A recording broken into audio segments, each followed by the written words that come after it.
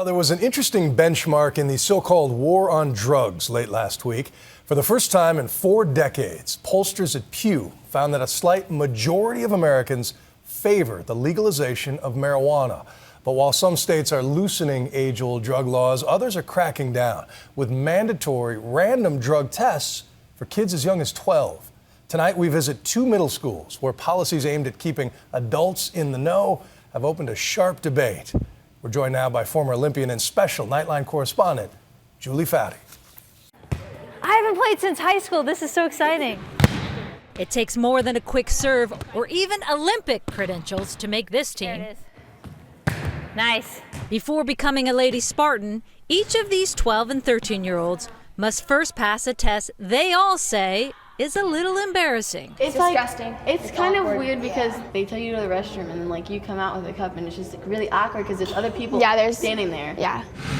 At Pleasant Middle School, drug testing is mandatory, and not just for sports, for any school activity.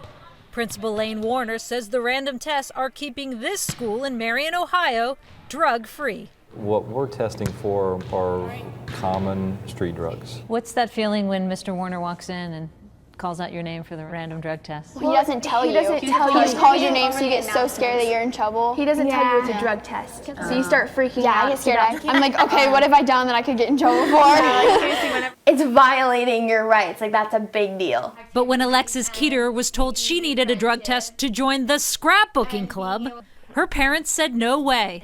They took the school in Milford, Pennsylvania to court. I mean, that was hard. It was difficult not being able to play with some of the girls I had been playing with for years. Alexis and her younger sister Megan were forced to sit out all activities. Even if it meant the girls not being able to play sports. Right, even if it meant they had to sacrifice their sports and clubs that they love so much. I get that it's easy to pee in a cup, but giving up your constitutional rights just because you can doesn't mean you should. It's a decision faced by parents across the country, as random drug testing, once reserved for Olympic, college, and high school athletes, becomes a fact of life for kids in their early teens, even preteens. Today, school districts in at least 9 states require it from their middle schoolers. I would argue, as a school administrator who sees these kids day after day, it's helpful for them to have a reason to say no. You still behaving?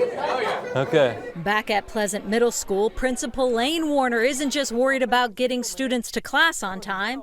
His bigger concern, the stories he's heard about what some kids this age are bringing to school. Little things that they hide drugs in, they carry around with them that look like a normal highlighter. You know, it's very eye-opening. How easy is it for a 13, 14-year-old? I would love to say, boy, that's something that the kids around here, they just really have to work hard to do. Heroin is making a big comeback. It's becoming more popular, and it's pretty accessible. But Warner says random testing is working. He says in 6 years, there's been just 1 positive test here. Are you testing the right kids? Because you're getting the student athletes. Really, shouldn't the schools be testing the outliers, the kids that aren't necessarily in that structured type of environment? Does that mean that every kid's identified, or every kid or kids are getting away with it? I don't think it means that. I think that means that in large part it's effective. But even though the U.S. Supreme Court ruled random drug testing for high school athletes is constitutional, the Keeters won an injunction, preventing their school from enforcing the policy. It means the girls can play again, while the issue is settled in Pennsylvania Supreme Court. Is that you?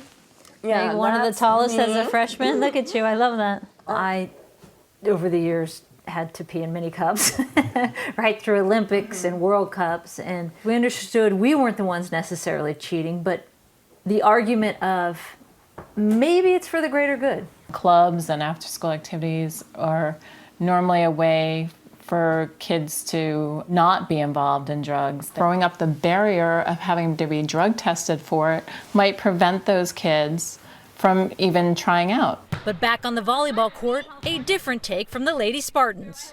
So overall, you guys think it's a good thing? Yeah. Yeah, Definitely. Yeah, I think it's helping stop it. You know. because they know they're not going to be eligible for sports. And plus, 1, 2, 3, together! Random drug tests, a rite of passage for Olympians, professionals, and now even America's youngest athletes. For Nightline, I'm Julie Foudy in Marion, Ohio.